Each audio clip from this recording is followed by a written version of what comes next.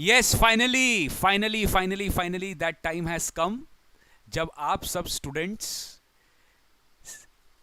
Income tax का rapid revision classes का latest recording जो अभी मैं कर रहा हूं आप सबके लिए, इनकम टैक्स का rapid revision for CA and CMA inter students, for CA and CMA inter students जो मैं फ्रेश रिकॉर्ड कर रहा हूं, जो कमिंग एग्जाम होने वाला है जुलाई 2021, या फिर जब भी एग्जाम होने वाला है, जो जून का एग्जाम जुलाई में पोस्टपोन हो गया या मई का एग्जाम पोस्टपोन हो गया, उसके लिए मैं ये रिकॉर्डिंग्स कर रहा हूं। ठीक है, तो जितने भी स्टूडेंट्स हैं भैया, ढिंडोरा पीट दो शहर में सीए सीएमए इंटर का मैं पूरा का पूरा रैपिड रिवीजन, जो कि लास्ट बैच में अमेजिंगली रिस्पॉन्स आया था बच्चे लोग का, एंड जिसके कारण बहुत सारे स्टूडेंट्स खाली रिवीजन क्लास देख के ही अच्छा नंबर ले आए थे इनकम टैक्स में। तो इस पूरे के पूरे सेशंस में, ऑल्दो ये we will be recording all the sessions, आज का इस क्लास में जो अपना आज का पहला क्लास होगा, basic concept plus residential status of your income tax का पहला चैप्टर जो मैं आज रिवाइज कराऊंगा, और आपको पूरा डिटेल्स में बता दूंगा कि अपने रिवीजन क्लासेस कैसे करने वाले हैं। तो गाइज, ये जो इनकम टैक्स का बैच है ना, ये फाइनेंस एक्ट 2020 का, finance act 2020 as amended up to finance act 2020, and जितने भी नोटिफिकेशंस आपके 31 अक्टूबर 2020 तक कवर्ड है, 31 अक्टूबर 2020 तक जो भी नोटिफिकेशन इशू हैं वो सारे इस पर्टिकुलर जो आपको दिख रहा है हमारा whole and sole income tax का जो रिवीजन बुक है, ये आपको मिले, ये आपको अगर अवेल करना है तो हमारे डिस्क्रिप्शन बॉक्स में आपको sjc.co.in में जाकर एक फ्री कोर्स है हमारा लाइव रिवीजन कोर्स, ठीक है ना, हमारा फ्री कोर्स है रिवीजन कोर्स, उसमें जाके आपको रजिस्टर करना पड़ेगा। Once you register in that course, आपको जो पीडीएफ है आप डाउनलोड कर सकते हो अपने डैशबोर्ड से sjc.co.in में लॉगिन करने के बाद। आपको खाली क्या करना है, आपको sjc.co.in में जाके लॉगिन करना है।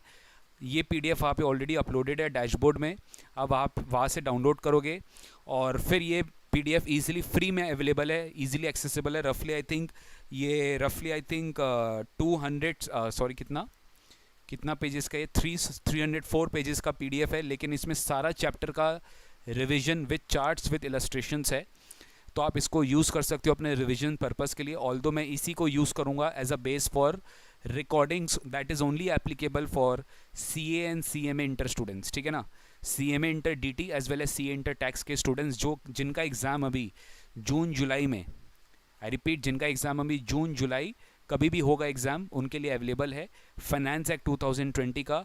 ये हमारा यूट्यूब में जो रिकॉर्डिंग्स होगा अपलोड होगा गाइस, उसको आप ठीक से देखते रहना, और I hope you will like the videos. And definitely जो रिविजन वीडियोज़ है, these are revision videos, these are not teaching videos. Teaching videos और रिविजन वीडियोज़ में क्या फ़र्क हो रहा है, टीचिंग मतलब रेगुलर क्लास का वीडियोज़ नहीं है ये सब। रेगुलर क्लास में एक एक टॉपिक को बहुत आराम से एक एक चीज़ समझाया जाता है, बट रिविजन वीडियोज़ में इट्स एक्सपेक्टेड कि आपको ये सारे टॉपिक्स के बारे में आइडिया है, कहीं ना कहीं कभी ना कभी आपने क्लासेस में पढ़ा है, लेकिन आपको एक होता है ना कि रिवीजन चाहिए, आपको एक बूस्टर चाहिए कि सर एक बार सारा टॉपिक्स के बारे में हमें कुछ ना कुछ इंपॉर्टेंट बात बता दो, तो हमें क्या याद आ जाएगा, हमें क्या रिकॉल हो जाएगा। तो रिकॉल पर्पस के लिए आप ये वीडियोस देख सकते हो। लेकिन अगर आपको लग रहा है कि नहीं सर हमको बिल्कुल भी आता नहीं है, तो ये वीडियोस आपका काम का नहीं है। मतलब कोई स्टूडेंट टैक्स के बारे में जानता ही नहीं है, कोई स्टूडेंट को कुछ भी आइडिया नहीं है टैक्स के बारे में, वो अगर ये वीडियो देखने बैठे तो उसके लिए डिफ़िकल्टी होगा। मैं ये नहीं बोलूँगा कि आपको समझ में नहीं आएगा, बट उसके लिए डिफ़िकल्टी होगा, बिकॉज ये वीडियोस बनाया जा रहा है एग्जाम पर्पस के लिए, ठीक है ना। तो जितने भी सीए सीएमए इंटर के स्टूडेंट है, शहर में डंडोरा पीट दो, आपके लिए आ गया है रैपिड रिवीजन, जिसके लिए आप बेसब्री से इंतज़ार कर रहे थे। मेरी जो आईडीटी की प्लेलिस्ट है वो ऑलरेडी मैंने अपने चैनल में पोस्ट कर दिया है, हमारे इंस्टीट्यूट के यूट्यूब चैनल में भी है वो, आप प्लीज़ उसको जाके देख लेना। आईडीटी का फ्रेश वीडियोस नहीं आएगा, IDT is more than sufficient, आप प्रीवियस बैच के देख सकते हो अलॉन्ग विद अमेंडमेंट्स। बस डीटी में आज आपको पता है अब फाइनेंस एक्ट 2020 आ गया, तो काफ़ी सारे चैप्टर्स में चेंजेस आ गए हैं, टीडीएस टीसीएस में, रेसिडेंशियल स्टेटस में, पीजीबीपी में, कैपिटल गेंस में, डिडक्शंस वाले चैप्टर में, काफ़ी चैप्टर्स में कुछ ना कुछ चेंजेस है। तो मैं आपसे रिक्वेस्ट करता हूँ ये फ्रेश वीडियोज़ को देखिए और लाइक शेयर ज़रूर करिएगा अपने दोस्तों के साथ, जिनको भी डीटी में एक थोड़ा सा डर सा बैठा है और डीटी में इनको रिवीजन चाहिए, तो डेफिनेटली वीडियोस आपको बहुत कम आएगा गाइस। तो पहला पार्ट हमने डिस्कस किया कि आपको कैसे ये जो पीडीएफ सामने दिख रहा है आपको, ये आपको कैसे मिलेगा, एवरीथिंग यू विल अंडरस्टैंड, ठीक है ना। तो ये है only for CA CMA inter students, ठीक है। और नोटिफिकेशन जो अपडेटेड अप टू 31 अक्टूबर है, यहाँ तक जो भी जून जुलाई में एग्ज़ाम या अगस्त में जब भी होगा एग्ज़ाम, उसके लिए मैंने ये वीडियो मैं बना रहा हूँ, ठीक है। तो पहला टॉपिक होगा सर, आज का क्लास का टॉपिक होगा basic concept of income tax और रेसिडेंशियल स्टेटस, ये टॉपिक होगा, ठीक है। तो ये अपने स्टार्ट करते हैं। Basic concept of income tax में ज़्यादा कुछ करना नहीं है, आपको पता है इनकम टैक्स एक्ट 1961 है। Income tax act 1961 is the main section, is the main provisions of main act where income tax का सारे प्रोविजंस के बारे में मैंशनड है। इनकम टैक्स रूल्स 1962, उसके साथ नोटिफिकेशंस इश्यू होता है जो इम्प्लीमेंट किया जाता है टू जो नोटिफिकेशंस आता है जो अलग अलग प्रोसीजरल मैटर्स लेके आता है, रूल्स आता है। फिर सर्क्यूलर्स है जो इनकम टैक्स अथॉरिटीज़ पे बाइंडिंग होता है, एसएससीज के ऊपर बाइंडिंग नहीं होता, जो central board of direct tax issue करता है, ठीक है। तो ये आपको याद रखना, income tax act, income tax rules, circulars, notifications and finally supreme court, high court के जजमेंट्स, वो भी सोर्स ऑफ लॉ होते हैं, वहाँ से भी कहीं ना कहीं लॉ का एक्सट्रैक्ट आता है और वहाँ भी आपको काफ़ी चीज़ समझ में आता है। सर ये सब आपके एग्जाम्स में आता नहीं है सर, जो आपका एग्जाम में आता है डायरेक्ट मैं उसी पे जा रहा हूँ, ये आप प्लीज़ अपने घर पे पढ़ लेना। ये सब एक बेसिक ओवरव्यू है, एवरीथिंग के सब चीज़ के बारे में सब बताया हुआ है, अमेंडमेंट्स आता है आपके एग्जाम के लिए। कौन सा एक्ट? फाइनेंस एक्ट एप्लीकेबल है, फाइनेंस एक्ट 2020 एप्लीकेबल है। इनकम टैक्स का charging section, लेवाई of income tax. Income tax किस पे लगता है? टोटल इनकम पे लगता है, एक पर्सन के टोटल इनकम पे लगता है जो प्रीवियस ईयर में उसने कमाया है और असेसमेंट ईयर में चार्जेबल होता है।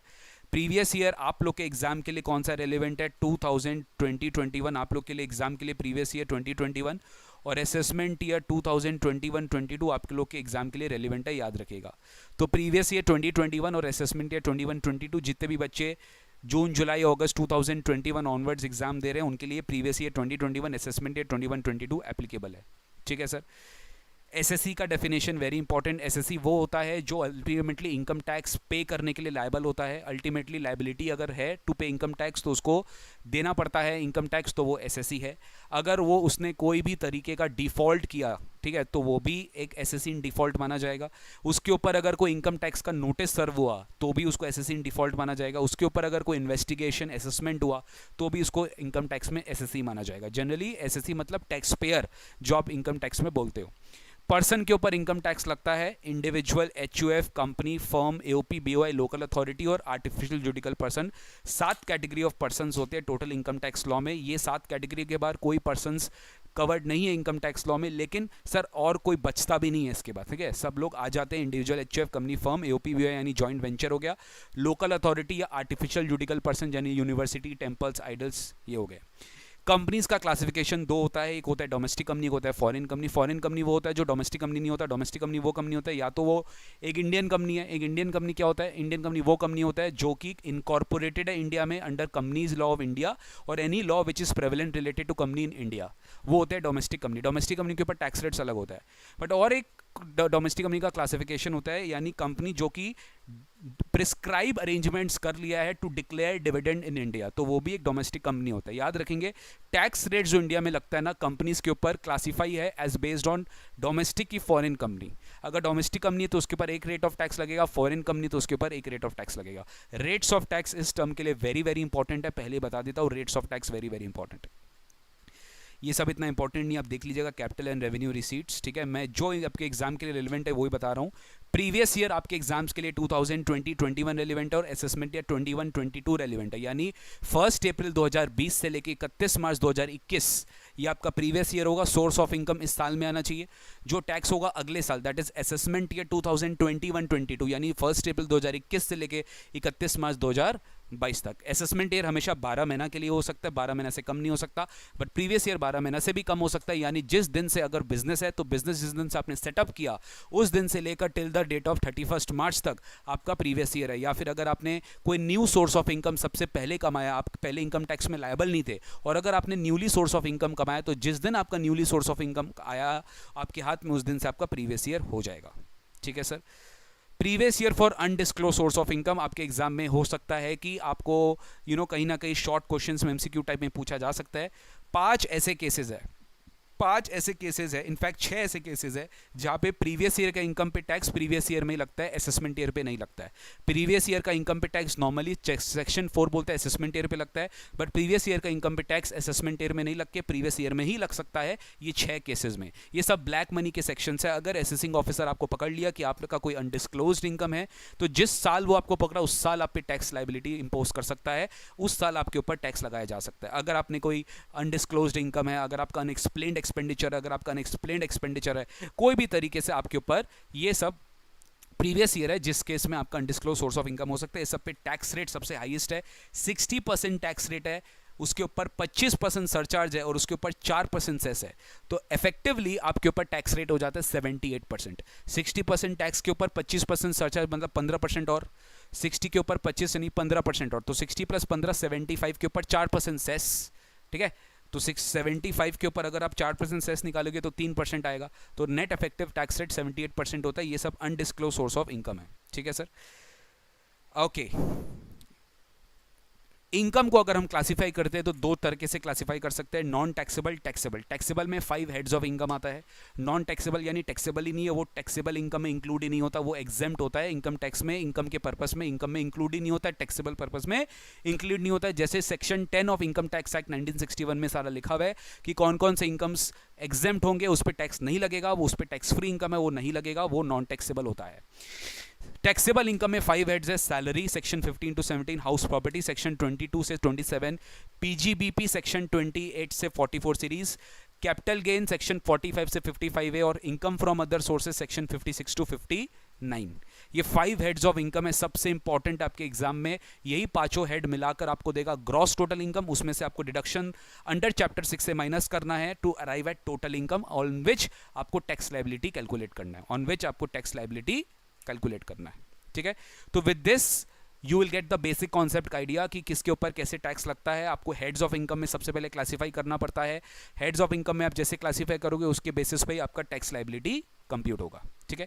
तो पूरा का पूरा अगर मैं आपको स्टेप्स समझाऊं तो सबसे पहले आपको क्या करना पड़ता है, आपको रेसिडेंशियल स्टेटस निकालना पड़ेगा। आप कौन है इनकम टैक्स लॉ में, इनकम टैक्स लॉ पूछेगा तुम कौन हो, तुम पर्सन हो तो तुम पर्सन भी किस तरह के हो, तुम रेसिडेंट हो कि नॉन रेसिडेंट हो, अगर रेसिडेंट हो तुम ऑर्डिनरी रेसिडेंट हो कि नॉट ऑर्डिनरी रेसिडेंट हो, तो आपसे पूछा जाएगा, जिसके ऊपर आज का क्लास में मैं आपको रेसिडेंशियल स्टेटस पढ़ा दूंगा। फिर उसके बाद आपको क्या करना है, अपने पांचों हेड्स ऑफ इनकम में इनकम को क्लासिफाई करना है, या तो सैलरी इनकम है यानी इंप्लॉयर इंप्लॉय रिलेशनशिप, या तो rental income from your house property तो इनकम फ्रॉम हाउस प्रॉपर्टी, या तो बिजनेस इनकम है या प्रोफेशनल इनकम है तो पीजीबीपी, अगर आपका कोई असेट को आप बेच के इनकम कमा रहे हो तो आपका कैपिटल गेन, नहीं तो अदर सोर्सेज में तो है ही, अगर कोई इनकम क्लासिफाई नहीं हो सकता बाकी 4 हेड्स में तो इनकम फ्रॉम अदर सोर्सेज में क्लासिफाई हो जाएगा। जैसे आप एक हेड हर एक इनकम को क्लासिफाई कर दिए, फिर हर एक हेड को अलग से निकालोगे, सैलरी का टोटल सैलरी इनकम कितना है, एचपी में टोटल एचपी इनकम कितना है, पीजीबीपी में टोटल पीजीबीपी इनकम कितना है, अदर सोर्सेज में टोटल अदर सोर्सेज इनकम कितना और कैपिटल गेन में टोटल कैपिटल गेन इनकम कितना है। फिर उसके बाद आपको क्लबिंग प्रोविजंस भी इंप्लीमेंट करना है। क्लबिंग प्रोविजंस कैसे इंप्लीमेंट करोगे, क्लबिंग प्रोविजंस ऐसे इंप्लीमेंट करोगे कि जब सर आपको पता है कि अगर आपने अपने स्पाउस को या माइनर चाइल्ड को कोई असेट ट्रांसफर किया है जिससे इनकम उनको आ रहा है, तो काफ़ी सारे केसेस में सेक्शन 64 आपको बोलेगा, देखिए मैंने बोला ये रिवीजन क्लास चल रहा है तो मेरे को कनेक्शन पहले से ही बताना पड़ेगा। क्लबिंग हो सकता है इनकम आपका माइनर चाइल्ड का, आपका स्पाउस का इनकम हो सकता है आपके हाथ में क्लब, आपके सन्स वाइफ का भी इनकम आपके हाथ में क्लब हो सकता है। तो जब आप इनकम को अलग अलग हेड में क्लासीफाई कर लोगे, कंप्यूट कर लोगे इनकम, उसके बाद आपको क्लबिंग प्रोविजंस भी अप्लाई करना पड़ेगा। इन केस अगर आपके ऊपर क्लबिंग प्रोविजंस एप्लीकेबल हो रहा है तो आपको क्लबिंग प्रोविजंस भी अप्लाई करना पड़ेगा। फिर हो सकता है कि आपका किसी भी हेड में कोई लॉसेज आ रहा है तो आपको लॉसेस को सेट ऑफ करना पड़ेगा, या हो सकता है आपके पुराने साल में किसी का लॉसेस इस साल ब्रॉट फॉरवर्ड हुआ है तो आपको सेट ऑफ करना पड़ेगा, या तो इस साल आपका लॉस इंकर हुआ है बट आप वो सेट ऑफ नहीं कर पा रहे हो तो आपको उसको कैरी फॉरवर्ड करना पड़ेगा। तो ये चैप्टर आपको इंप्लीमेंट करना पड़ता है, set of and carry forward of losses. Finally जब आप लॉसेस को सेट ऑफ करके सब कुछ कर लेते हो तो आपको फाइनली जीटीआई निकालना पड़ता है, ग्रॉस टोटल इनकम। और ग्रॉस टोटल इनकम के बाद फिर आप चैप्टर 6 के अंदर में जो भी आपके लिए डिडक्शंस एलिजिबल है, चाहे वो पेमेंट बेस्ड डिडक्शंस हो, चाहे वो इनकम बेस्ड टैक्स हॉलीडेज हो, उसके ऊपर डिपेंड करता है और उसके ऊपर आपको चैप्टर 6 का डिडक्शन मिल जाता है टू फाइंड टोटल इनकम। फिर उसके बाद आपको रेट्स ऑफ टैक्स अप्लाई करना है टोटल इनकम पे, फिर उसके बाद आपको रिबेट माइनस करना है, फिर अगर आपको फिर सरचार्ज ऐड करना है, अगर सरचार्ज एप्लीकेबल है, सेस एप्लीकेबल है, finally you will come to tax liability.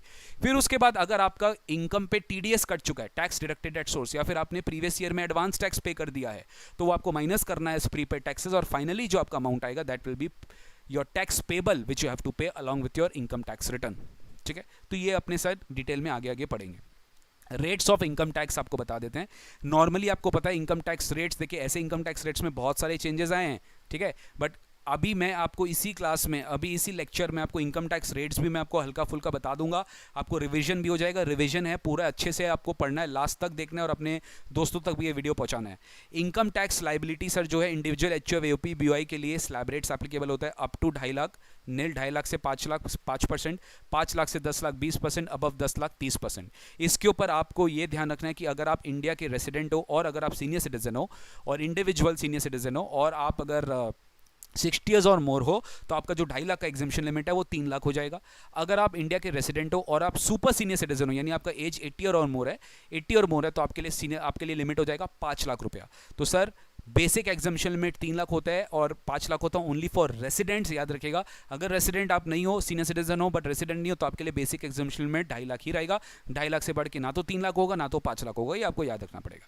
इसके ऊपर एक सर्कुलर आया हुआ है कि अगर आप 1 अप्रैल को ही आपका बर्थडे आता है, मतलब 1 अप्रैल को आप 60 ईयर्स के हो गए, 1 अप्रैल ऑफ एनी ईयर आप 60 ईयर्स के हो गए, तो सर बहुत दुख लगा अंदर कि प्रीवियस ईयर जो आपका 31 मार्च गया उस दिन आप 60 ईयर, उस साल आप 60 ईयर्स के नहीं हो, आप 60 ईयर्स का कंप्लीट हुआ 1 अप्रैल।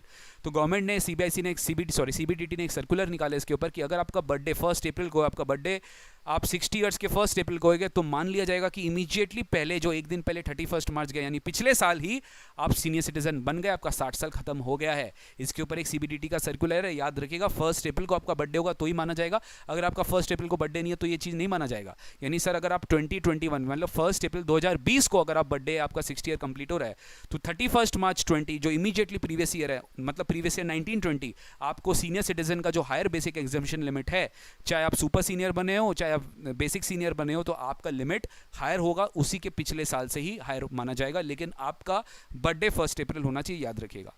कोऑपरेटिव सोसाइटी का tax rate up to 10,000 10%, next 10,000 20%, above 20,000 30%। तो ये कोऑपरेटिव सोसाइटी का टैक्स रेट है, याद रखिएगा, अलग से टैक्स रेट आपको याद रखना पड़ेगा। फर्म्स एलएलपी लोकल अथॉरिटी का फ्लैट रेट टैक्स रेट है 30%, ठीक है। सरचार्ज रेट्स अभी मैं डिस्कस नहीं कर रहा, वो एक साथ डिस्कस करूंगा। डोमेस्टिक कंपनी अगर आप याद रखिएगा, इंडियन कंपनी भी इसमें आ गया, प्लस जो कंपनी इंडिया में डिविडेंड डिक्लेयर कर रहा है वो भी डोमेस्टिक कंपनी है, तो उनके लिए अगर वो स्मॉल एंड मीडियम एंटरप्राइज है, मतलब उनका प्रीवियस है 17-18 में अगर टर्नओवर 400 करोड़ से ज़्यादा नहीं है तो फिर उनका रेट ऑफ टैक्स होगा 25%। नॉर्मली उनका रेट ऑफ टैक्स होगा 30%। फॉरेन कंपनी के लिए नॉर्मल रेट है 40% और स्पेसिफाइड रॉयल्टी इनकम के लिए टैक्स रेट है 50%। ये सब मैट में दिया हुआ है, प्लीज इसको रिवाइज कर लीजिएगा। Surcharge rates very very important है, इंडिविजुअल्स के लिए बात कर रहे हैं, इंडिविजुअल्स के लिए बात कर रहे हैं। अगर इंडिविजुअल एचयूएफ एओपी बीओआई का बात हो रहा है तो अप टू 50 लाख अगर आपका टोटल इनकम है तो आपके ऊपर कोई सरचार्ज नहीं है। 50 लाख से ज़्यादा अगर आपका टोटल इनकम है बट नॉट एक्सीडिंग 1 करोड़ तो आपके लिए सरचार्ज रेट 10% है। 50 लाख से ज़्यादा है बट 1 करोड़ तक है तो आपके लिए सरचार्ज रेट 10% है। फिर अगर आप 1 करोड़ से ज़्यादा टोटल इनकम कमा रहे हो बट 2 करोड़ तक है, 2 करोड़ तक मतलब 2 करोड़ भी होगा तो आपके लिए सरचार्ज रेट क्या हो जाएगा, 10 से 15%। अगर आपका टोटल इनकम 2 करोड़ से ज़्यादा है बट 5 करोड़ तक है तो आपका सरचार्ज रेट हो जाएगा 25%। और अगर आपका टोटल इनकम 5 करोड़ से ज़्यादा है तो आपका सरचार्ज रेट हो जाएगा 37%। ये किस पे लगता है, टैक्स अमाउंट पे लगता है, जो भी टैक्स रेट मैंने आपको बताया अभी। ये सब स्लैब रेट में जो टैक्स आपका निकलेगा ना उसके ऊपर आपको अप्लाई करना पड़ेगा। तो ये है individual HUF AOP BOI AGP जो स्लैब रेट्स है उनको फॉलो करना पड़ता है। पर थैंकफुली ये जो 25% और 37% सरचार्ज है ना, ये लॉन्ग टर्म कैपिटल गेन्स जो 112 ए में टैक्सेबल है at the rate of 10% on excess over 1 lakh, उसके ऊपर एप्लीकेबल नहीं होता। और जो STCG 111A में उसके ऊपर ये 25% 37% सरचार्ज एप्लीकेबल नहीं होता इररिस्पेक्टिव ऑफ द अमाउंट।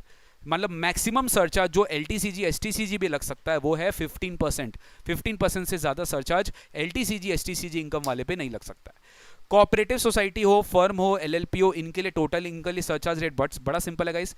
अगर टोटल इनकम 1 करोड़ तक है, 1 करोड़ तक, 50 लाख नहीं 1 करोड़ तक तो सरचार्ज नहीं है।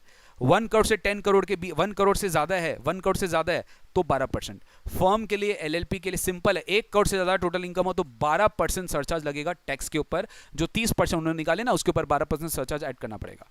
डोमेस्टिक कंपनी के लिए it's very simple, same up to 1 crore कुछ नहीं होगा। 1 करोड़ से 10 करोड़ के बीच में है तो 7% सरचार्ज है, और 10 करोड़ से ज्यादा है तो 12% सरचार्ज है। सेम लिमिट है फॉरेन कंपनी के लिए लेकिन रेट थोड़ा कम है। अप टू 1 करोड़ तक टोटल इनकम है तो सरचार्ज नहीं होगा। 1 करोड़ से 10 करोड़ के बीच में तो 2% सरचार्ज होगा, और फॉरेन कंपनी के केस में अगर 10 करोड़ से ज्यादा है टोटल इनकम तो 5% सरचार्ज होगा। तो 7 12 2 5 डोमेस्टिक कंपनी, फॉरेन कंपनी, और 12% फर्म्स, और बाद बाकी में 10, 15, 25, 37 ये स्लैब रेट्स होते हैं सरचार्ज का डिफरेंट डिफरेंट लोगों के लिए फॉर इंडिविजुअल, ये याद रखिएगा। वेरी इंपॉर्टेंट, 87A का रिबेट कब मिलता है? जब आपका total income is not more than 5 lakhs और आप एक रेसिडेंट इंडिविजुअल हो, और कुछ नहीं बोला मैंने, आप एक रेसिडेंट इंडिविजुअल हो और आपका total income is up to 5 lakh रुपया टोटल इनकम, तो इन दैट केस आपको रिबेट मिल सकता है 100% ऑफ द टैक्स लायबिलिटी और maximum 12,500 whichever is lower. Sir 12,000 का कैलकुलेशन 500 का कैसे आ रहा है? 2.5 लाख तक नील होता है ना, 2.5 लाख से 5 लाख का नॉर्मल स्लैब रेट क्या है बताओ? 5%, तो 12,500 है। लेकिन इस केस में वो एसएससी फंस जाएगा जिसका ये 5 लाख में लॉन्ग टर्म कैपिटल गेन है जिसपे 20% टैक्स लगता है, शॉर्ट टर्म कैपिटल गेन है जिसपे 15% टैक्स लगता है, तो उसके लिए रिबेट हमेशा 12,500 से ज्यादा नहीं हो पाएगा, उसके लिए थोड़ा टैक्स आएगा। लेकिन जो नॉर्मल इनकम कमा रहा है अदर देन स्पेशल इनकम, उसके लिए तो मैक्सिमम 12,500 इज सफिशिएंट, उससे ज्यादा उसको रिबेट का दरकार नहीं है। And that is why indirectly 5 lakh तक का अगर आपका टोटल इनकम है ना, 5 लाख से ज्यादा नहीं होना चाहिए, 1 रुपया ज्यादा नहीं होना चाहिए, तो आपके लिए एप्लीकेबल नहीं होगा टैक्स, आपके लिए कोई टैक्स लगेगा नहीं, आपको इनडायरेक्टली रिबेट मिल जाएगा। लेकिन रिबेट उनके लिए नहीं है जो 112A में जिनका टैक्सेबल इनकम है। तो 112A में एक स्पेसिफिक प्रोविजन है कि जो 112A में टैक्स आएगा उसके अगेंस्ट में आप 87A का रिबेट नहीं दे सकते। 112A का बात किया वो हम लोग कैपिटल गेन में डिटेल में डिस्कस करेंगे। 112A कब लगता है? जब आप लॉन्ग टर्म कैपिटल एसेट जो आपका इक्विटी शेयर है या म्यूचुअल फंड्स का इक्विटी ओरिएंटेड म्यूचुअल फंड का यूनिट्स है, अगर आपने उसको ट्रांसफर किया being a long term capital asset, 1 lakh से ज्यादा का आपका लॉन्ग टर्म कैपिटल गेन आ रहा है विदाउट इंडेक्सेशन, 10% आपके ऊपर टैक्स लग जाएगा 112A के ऊपर। इसके ऊपर जो 10% टैक्स आ रहा है ना, इसके अगेंस्ट में आप 87A का रिबेट नहीं दे सकते, भले ही वो 5 लाख से कम हो। ये क्लियर कट है, वेरी वेरी इंपॉर्टेंट, ठीक है। अच्छा 112 में भी एलटीसीजी लगता है, उसके ऊपर ये नहीं है। 111A जो 111 एसटीसीजी है, जो एसटीटी अगर एसटीटी पेड आपका शेयर है, आप एसटीसीजी कमा रहे हो, 111A के अंदर 15% टैक्स लगेगा, उसके लिए ये चीज नहीं है। बट 112A के लिए स्पेसिफिक रेस्ट्रिक्शन है, याद रखिएगा। हेल्थ एंड एजुकेशन सेस उसके बाद आपको ऐड करना पड़ेगा on income tax plus surcharge amount 4%, और इनकम टैक्स राउंड ऑफ होता है 288B में अब नियरेस्ट मल्टीपल्स ऑफ 10 और 288A में nearest multiple of 10। Income round of होता है 288A में और टैक्स राउंड ऑफ होता है 288B में, ठीक है सर। मार्जिनल रिलीफ आपको पता है, बहुत सिंपल कॉन्सेप्ट है, ठीक है। अगर आपका 1 करोड़ से थोड़ा सा ज्यादा इनकम है तो यार 1 करोड़ तक पे तो सरचार्ज नहीं लगता है ना कंपनी के ऊपर, कंपनी के ऊपर तो 1 करोड़ तक सरचार्ज नहीं लगता है। अरे बात समझिए आप, या मान लीजिए आप इंडिविजुअल हो, 50 लाख तक तो आपको सरचार्ज नहीं लगता है, बट आप 50 लाख से 1 लाख रुपए ज्यादा कमा लिए, 51 लाख रुपए ज्यादा कमा लिए, उस 1 लाख के कारण आपके ऊपर पूरा सरचार्ज आ जाएगा, पूरा सरचार्ज आ जाएगा। तो ऐसा कभी सिचुएशन आ सकता है कि आपका 1 लाख रुपए से इनकम बढ़ा बट आपका टैक्स 1 लाख से ज्यादा से बढ़ गया, ये नहीं हो सकता।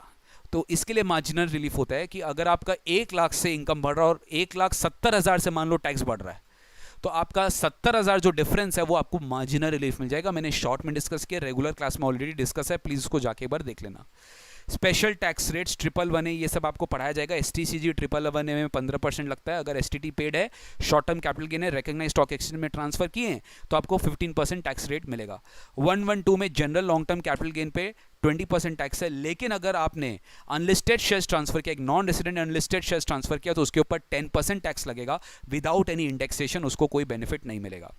Normally long term capital gain अगर 112A में कवर्ड है, मतलब वो रिकॉग्नाइज्ड स्टॉक एक्सचेंज में इक्विटी शेयर्स आपने ट्रांसफर किया, तो 10% टैक्स है without any indexation on over and above 1 lakh, यानी 1 लाख तक पे कोई टैक्स नहीं है एलटीसीजी। उससे ज्यादा मतलब 4 लाख है तो 1 लाख के ऊपर 3 लाख ऊपर है तो 3 लाख पे आपको 10% टैक्स देना है, ठीक है। लॉटरी कैजुअल इनकम पे 30% है, कोई इंडेक्सेशन बेनिफिट नहीं है, कोई डिडक्शन नहीं है, कोई लॉस कुछ नहीं।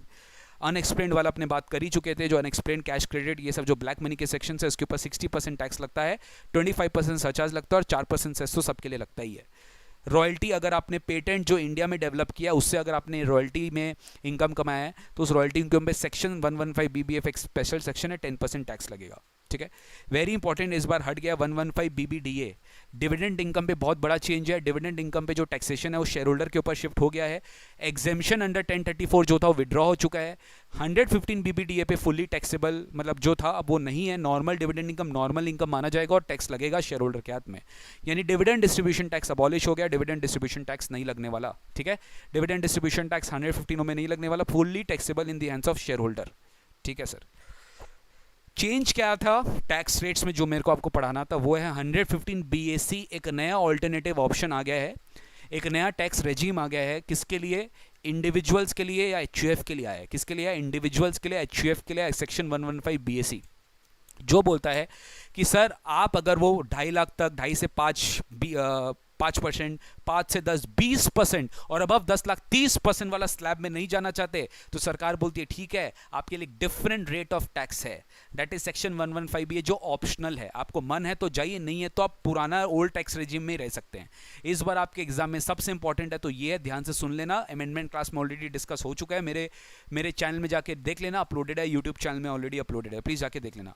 तो income tax rates on individual HUF section 115 BAC, एक इंडिविजुअल एचयूएफ को ऑप्शन मिलता है कि वो 115 बीएसी में भी ऑप्ट कर सकता है टू पे टैक्स। उसको बेसिकली कैलकुलेशन मेथोडोलॉजी अलग है, उसमें इनकम अलग ढंग से निकाला जाएगा। कैसे निकाला जाएगा? एक शॉर्ट में आपको चीज समझा देता हूं सर। नॉर्मली अगर आप ओल्ड रेट ऑफ टैक्स में जाते हो तो आपको सारा एग्जाम्पशन, सारा डिडक्शंस आराम से मिलता है, जो भी मिलना चाहिए, चाहे वो सैलरी के डिडक्शंस हो, चाहे वो पीजीबीपी के डिडक्शंस हो, चाहे वो चैप्टर 6 के डिडक्शंस हो, चाहे वो कोई भी सेक्शन के डिडक्शंस हो, आपको मिल जाता है without any issues. But new rate of tax आपका रोक देगा। न्यू रेट ऑफ टैक्स बोलेगा कि भाई तुम डिडक्शन एग्जाम्पशन छोड़ दो, तुम्हारे लिए रेट ऑफ टैक्स कम कर देंगे। तो अब आपके ऊपर है कि आपको डिडक्शन एग्जाम्पशन लेके ओल्ड रेट ऑफ टैक्स में जाना है, कि आपको डिडक्शन एग्जाम्पशन नहीं लेना है और आपको new rate of tax opt करना है, जो कि डेफिनेटली रेट ऑफ टैक्स कम है। तो आपको अपने आप में इवैल्यूएट करना है, और हर सम में पूछेगा आपसे कि बताओ अगर ये न्यू रेट में जाएगा तो उसका टैक्स लायबिलिटी क्या आएगा, तो उसका इनकम भी चेंज होगा, अकॉर्डिंगली टैक्स रेट अप्लाई करना पड़ेगा। इनकम कैसे चेंज होगा? जो डिडक्शन एग्जाम्पशन जो मैं आपको अभी पढ़ाने वाला हूं, वो एग्जाम्पशन डिडक्शन नहीं मिलेगा। मतलब आपको क्या करना पड़ेगा? एड बैक, क्योंकि जो टोटल इनकम आपने पुराने प्रोविजंस के हिसाब से, यानी ओल्ड टैक्स रेजिम के हिसाब से निकाला है, जो आपको माइनस किया आपने इनकम में, वैसे आपको एड बैक करना पड़ेगा। अगर आपसे पूछेगा तो, नहीं पूछा आपको न्यू रेट ऑफ टैक्स, तो आप आराम से ओल्ड रेट में निकाल के आइए। Only when they have asked you, और when they have asked that you have to calculate tax liability, then you have to go for both the options. But if it tell you specifically sums में कि ignore new tax regime, then you have to ignore. But अगर आपसे नहीं बोले ignore करने, तो आपको दोनों टैक्स रेजिम के हिसाब से आंसर देके आना पड़ेगा गाइस। ओल्ड प्रोविजंस के हिसाब से ओल्ड रेट ऑफ टैक्स आपको पता ही है, एग्जाम्पशन डिडक्शन जैसे देना दे दो। न्यू रेट ऑफ टैक्स में जो सिलेक्टेड एग्जाम्पशन डिडक्शंस नहीं मिलते हैं, वो आपको ध्यान रखना पड़ेगा, वो आपको नहीं मिलेगा, वो आपको डेफिनेटली से एक्सक्लूड करना पड़ेगा, टोटल इनकम में बेसिकली एड बैक करना पड़ेगा। तो सर क्या है वो न्यू रेट ऑफ टैक्स? देखिए, न्यू रेट ऑफ टैक्स और ओल्ड रेट ऑफ टैक्स का रेजिम मैंने दोनों साइड बाय साइड करा दिया है। न्यू टैक्स रेजिम क्या है? अप टू 2.5 लाख नील, 2.5 लाख से 5 लाख 5%, 5 लाख से 7.5 लाख 10%, 7.5 लाख से 10 लाख 15%, मतलब 5% बढ़ रहा है फॉर एवरी 2.5 लाख। आप थोड़ा समझेंगे, हर 2.5 लाख पे बढ़ने पे, हर 2.5 लाख पे बढ़ने पे 5% बढ़ रहा है टिल 15 लाख। 15 लाख के बाद फ्लैट हो जा रहा है 30%, यानी 2.5 लाख तक 0, फिर 2.5 लाख से 5 लाख 5, फिर 5 से 7.5 15, फिर 5 से 7.5 10, 7.5 से 10 15, 10 से 12.5 20, 12.5 से 15 25, और 15 से ज्यादा होते ही 30 हो जाएगा। यानी सर आप ध्यान दीजिए, 10 लाख के ऊपर अगर हो रहा है ना, तो यहाँ पे 20% हो रहा है, बट यहाँ 20% है। लेकिन गाइज, हर चीज का प्रोज एंड कॉन्स है। यहाँ पे टैक्स लो है, तो यहाँ पे डिडक्शन एग्जाम्पशन से आपको हाथ धोना पड़ेगा। You can not claim deductions and exemptions, तो ये आपको ध्यान रखना पड़ेगा, ठीक है ना। तो सर ये है पूरा आपका पूरा टैक्स रेट्स, ये रिवीजन चल रहा है, हर 5% को बढ़ा देना नेक्स्ट 2.5 लाख पे। कौन ऑप्शन एक्सरसाइज कर सकता है? डिपेंड करता है। अगर आपका पीजीबीपी इनकम नहीं है ना, तो कोई दिक्कत नहीं है, आप हर साल इसको ऑप्ट कर सकते हो, नेक्स्ट ईयर ऑप्ट आउट भी कर सकते हो, ऑप्ट इन कर सकते हो, ऑप्ट आउट भी कर सकते हो, if you do not have PGBP income. But if you have PGBP income, अगर आप पीजीबीपी इनकम आपका है और उस साल आपने एक बार इस सेक्शन में ऑप्ट कर लिया ना, तो फिर आप दोबारा इस सेक्शन को छोड़ नहीं सकते सर। मतलब सर अगर मेरा इस साल पीजीबीपी इनकम है, मैंने इस ऑप्शन को इस सेक्शन में आने के लिए मैंने ऑप्ट इन कर लिया, और अगर मैंने ऑप्ट इन कर लिया under section 115 BC, if I want to pay tax under this section, तो मेरे को रिटर्न ऑफ इनकम में बताना पड़ता है, जो कि मेरे को ड्यू डेट में पहले फाइल करना है। तो मेरे उस साल में चला गया, फिर मैं सब्सिक्वेंटली इससे नहीं निकल सकता। विड्रॉल का एक ही प्रोविजन है, एक बार अगर आप निकल गए तो दोबारा वापस से लाइफ टाइम आप नहीं आ सकते। लेकिन अगर जिस साल आपका बिजनेस इनकम नहीं है, तो सर जिस साल आपका बिजनेस इनकम नहीं है उस साल में कोई रेस्ट्रिक्शन है, फिर से आ सकते हैं। But once you have withdrawn, you can withdraw only once other than the year in which you were exercise। मतलब जिस साल एक्सरसाइज करो उस साल तो आपको न्यू रेट में देना ही पड़ेगा। अदर देन दैट ईयर, अगर नेक्स्ट ईयर आप विड्रॉ करना चाहते हो आप कर सकते हो, लेकिन उसके दोबारा आप वापस एलिजिबल नहीं हो सकते। तो बहुत सोच समझ के आना पड़ेगा। अगर आप न्यू रेट ऑफ टैक्स में जा रहे हो और आपका पीजीबीपी इनकम है, तो बहुत सोच समझ के आना पड़ेगा। दोबारा निकलना एक ही बार, उसके बाद आप वापस नहीं आ पाओगे। ठीक है, तो सोच समझ के आना पड़ेगा। हाँ, लेकिन आपका पीजीबीपी इनकम नहीं है, आप एक साल ऑप्ट इन कर सकते हो, एक साल ऑप्ट आउट कर सकते हो, ऑप्ट इन कर सकते हो, ऑप्ट आउट कर सकते हो। सबसे इंपॉर्टेंट ये है कि एग्जेम्पशंस एंड डिडक्शंस कौन सा आपको फॉरगोन करना पड़ेगा। सबसे इंपॉर्टेंट ये है कि एग्जेम्पशन डिडक्शंस आपको कौन सा फॉरगोन करना पड़ेगा। तो सर लीव सैलरी में बहुत सारे एग्जेम्पशंस आपको मिलता है, आपको पता है, ये एग्जाम में बहुत इंपॉर्टेंट है, ये सब आपको नहीं मिलेगा, न्यू रेट में आपको नहीं मिलेगा, हटाना पड़ेगा आपको। एलटीसी नहीं मिलेगा, एचआरए नहीं मिलेगा। 10-14 में जो चिल्ड्रन एजुकेशन अलाउंस वो सब मिलते थे, याद है गाइस? 10-14 में जो फिक्स लिमिट अलाउंसेज है, children education, transport allowance for transport undertaking, hostel expenditure, ये सब आपको नहीं मिलेगा मेरे दोस्त। जो even up two variable expenditure जितना एक्चुअल आपने ऑफिशियल पर्पस के लिए इंकर किया है वो भी आपको नहीं मिलेगा मेरे दोस्त। तो सारे सेक्शंस के अलाउंसेज आपको नहीं मिलेंगे, लेकिन 10-14 में 4 अलाउंसेज है जो आपको मिल जाएगा, 4 अलाउंसेज जो आपको मिल जाएगा, जिसके बारे में मैं नीचे बता दूंगा आपको। 4 अलाउंसेज है, याद रखना आपको। 10-14 में जो आपको 115 बीएससी ऑप्ट करेंगे तो भी आपको उसका एग्जेम्पशन मिलेगा। एमपीज एमएलएस को जो 10-17 में daily allowance and constituency allowance का एग्जेम्पशन मिलता है वो नहीं मिलेगा। 10-32 में जो क्लबिंग में 1500 रुपया पर चाइल्ड का मैक्सिमम डिडक्शन मिलता है, एग्जेम्पशन मिलता है, वो नहीं मिलेगा। 10AA का जो SEZ यूनिट को एग्जेम्पशन मिलता है वो नहीं मिलेगा। Export turnover by total turnover into profits, उसका डिडक्शन नहीं मिलेगा। स्टैंडर्ड डिडक्शन अप टू 50,000 जो 16(1) में मिलता है वो नहीं मिलेगा। प्रोफेशनल टैक्स एंटरटेनमेंट अलाउंस का जो डिडक्शन सैलरी में मिलता है वो नहीं मिलेगा सर।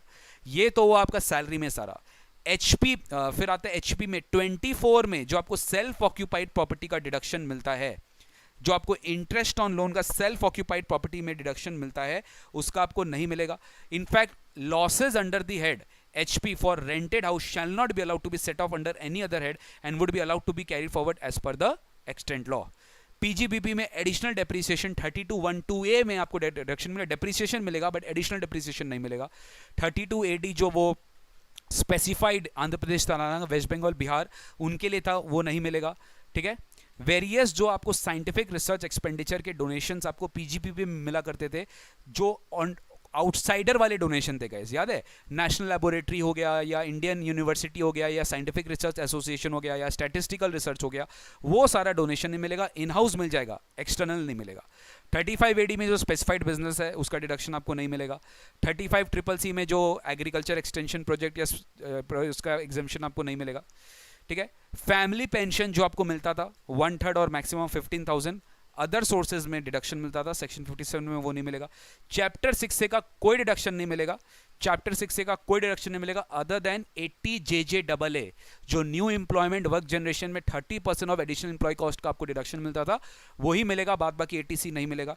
कोई भी लॉसेज अगर आपका हाउस प्रॉपर्टी से पिछले साल में था या कोई भी अदर डिडक्शन जो कि अब में, जैसे मान लो स्पेसिफाइड बिजनेस का लॉस आपके पास, ठीक है, या अनऑब्जॉर्ब डेप्रीसिएशन है जो 32(1)(2)A के कारण आया है, उसके कारण अगर करेंट ईयर में आप कैरी फॉरवर्ड करना चाह रहे हो तो कैरी फॉरवर्ड करके आप सेट ऑफ नहीं कर सकते, you can not do that. कोई भी लॉसेज या डेप्रीसिएशन जो पुराने साल के कारण आ रहा है, जो HP के वजह से आ रहा है, और डिडक्शंस जो कि अबव मेंशन्ड है उसके कारण अगर आपने करंट ईयर में लॉस कैरी फॉरवर्ड किया, डिडक्शन आपको उसका कैरी फॉरवर्ड सेट ऑफ नहीं मिलेगा। सर चैप्टर 6 में क्या मिल जाएगा, बहुत ध्यान से, 80CCD2 में employer contribution to pension scheme आप सैलरी में ऐड करते हो, उसके लिए आपको अलग से 80CCD2 का भी डिडक्शन मिल जाता है, वो मिलेगा। 80JJAA आपको एडिशनल एम्प्लॉय कॉस्ट का 30% मिलता है, वो मिलेगा। और ऑफशोर बैंकिंग यूनिट्स को 80LA में IFSC सेंटर को 80LA में मिलता है, इतना इंपॉर्टेंट नहीं है, उसका भी डिडक्शन मिलेगा, बस इतना याद रखिएगा। सर वो जो 10-14 का जो 4 अलाउंस मैंने आपको बोला था वो यही है, tour allowance, daily allowance, convince allowance and transport allowance जो हैंडीकैप्ड को 3200 पर मंथ तक मिलता है, वो मिलेगा, वो मिलेगा। ट्रांसपोर्ट भी मिलेगा, कन्वेंस भी मिलेगा, डेली भी मिलेगा, और ट्रांसफर अलाउंस जो वेरिएबल था, ये सब क्या था, ये सब वेरिएबल था गाइस, ये सब वेरिएबल था। वेरिएबल मतलब जितना खर्चा ऑफिशियल पर्पस के लिंक करके एग्जाम्पशन ले लो, और यही बस फिक्स था ट्रांसपोर्ट अलाउंस 3200 पर मंथ। बाद बाकी कोई भी अलाउंस जो आपको एग्जाम्पशन मिलता है सैलरी में, न्यू रेट में अगर आप ऑप्ट करेंगे ना तो नहीं मिलेगा। गाइज आपका इंस्टीट्यूट ने ना मॉक टेस्ट पेपर निकाला है, उसका भी मैं वीडियो सेपरेटली बनाऊंगा और आपको दूंगा, ठीक है, उसमें पूरा सोल्यूशन डिस्कस हुआ है, और मॉक टेस्ट पेपर में ये सब जो नए प्रोविजन है ना उसके सारे के सारे सेक्शन है, और ऑलरेडी मैंने बहुत सारे वीडियोस डाले हैं हमारे यूट्यूब चैनल में, प्लीज जाके उसको देख लीजिएगा, ठीक है। तो ट्रांसपोर्ट अलाउंस फॉर हैंडीकैप्ड ये भी हो गया सर, ठीक है ना। नेक्स्ट है 115BAD, कोऑपरेटिव सोसाइटी सर कुछ नहीं है, जैसे इंडिविजुअल एचयूएफ को ऑप्शन दिया है 115 बीएससी में, वैसे कोऑपरेटिव सोसाइटी का भी टैक्स रेट याद है आपको, अप टू 10,000 10%, नेक्स्ट 10,000 20%, अबव 20,000 30%, मतलब 20,000 के अबव जो इनकम होगा वो 30% पे टैक्स लगेगा। ये भी तो फ्लैट रेट है, गवर्नमेंट ने क्या किया फिक्स कर दिया, ठीक है 22% सरचार्ज, 22% टैक्स और सरचार्ज मैंडेटरी चाहे जो भी हो 10%, ठीक है 10% सरचार्ज लगेगा मैक्सिमम, मैक्सिमम। समझ में आ रहा है मेरा बात, मैं क्या बोल रहा हूं? तो कोऑपरेटिव सोसाइटी के लिए भी वैसा ऑप्शन आया गया जैसे इंडिविजुअल एचयूएफ के लिए बीएसई में है, कोऑपरेटिव सोसाइटी के लिए भी ऑप्शन किया कि भाई ठीक है आपको भी ऑप्शन है, आप फिक्स रेट में जा सकते हो, बट आपको ये सारे exemption deduction. Sir salary income cooperative society के लिए काम का नहीं है, तो सैलरी का जो एग्जेम्पशन था वो तो मेरे लिए एप्लीकेबल नहीं है। एप्लीकेबल क्या है, जो 10AA है, जो पीजीबीपी, वो सब सेम है, पीजीबीपी 10AA, फिर साइंटिफिक रिसर्च का डोनेशन, स्पेसिफाइड बिजनेस, चैप्टर 6 का डिडक्शंस नहीं मिलेगा सेम, अदर देन ATJJAA मिल जाएगा। बाद बाकी कोई डेप्रिसिएशन या लॉस सेट ऑफ पुराने साल से इस साल कैरी फॉरवर्ड कर रहे हैं तो इस साल आपको सेट ऑफ करना अलाउड नहीं होगा, ठीक है ना सर? तो ये याद रखिएगा प्लीज, ठीक है sir. I know I'm being very fast, but I told you at the beginning of this lecture that this is a revision class and you do not expect me to do all these regular class आराम आराम से हौले हौले आप ही का time waste होगा। ये उन्हीं स्टूडेंट्स के लिए एडवाइजेबल है, देखना जो स्टूडेंट्स को बहुत अच्छे से ऑलरेडी पता है, खाली एक रिविजन चेक किक स्टार्ट चाहिए तो उनके लिए बहुत ईजी हो जाएगा टॉपिक, ठीक है ना? तो sir basic concept of tax अपने यही ओवर करते हैं, आज का क्लास यही ओवर करते हैं। ऑल्दो मैं रेसिडेंशियल स्टेटस आपको बोला था, रेसिडेंशियल स्टेटस के लिए अलग वीडियो बनाऊंगा ताकि वीडियो शॉर्ट रहे, क्रिस्प रहे, आपका भी एक ना मनोबल रहे, कॉन्फिडेंस रहे। 2-4 घंटा का वीडियो देखते आपके दिमाग में वही से आ जाता है यार कौन इतना बड़ा वीडियो देखेगा, तो ये आपका ही पर्पस के लिए मैंने एक शॉर्ट वीडियो बनाया। आई थिंक मैक्सिमम 30 से 35 मिनट्स में I try to cover the entire topic tax rates. Basically the topic is tax rates, basic concept of income tax and tax rates, ठीक है? तो guys thank you so much, take care, God bless you, I hope you liked it, और please comment करके बताना कैसा लगा, और please अपने फ्रेंड्स लोग के साथ यार ये शेयर करो यार, ये फ्री वीडियोस कहीं नहीं मिलेगा आपको, एकदम ऑर्गेनाइज्ड वे में रैपिड रिवीजन आपके लिए कराया जा रहा है, जो भी इंपॉर्टेंट टॉपिक्स है सबके लिए कराया जा रहा है। डीटी का DT fully amended up to finance act 2020 जो अभी कमिंग टर्म के लिए रेलिवेंट है, ठीक है ना guys? Thank you so much. Tax rates खत्म हुआ, डिस्कस हुआ, thank you so much, take care, God bless you, see you very soon in the next class, bye bye.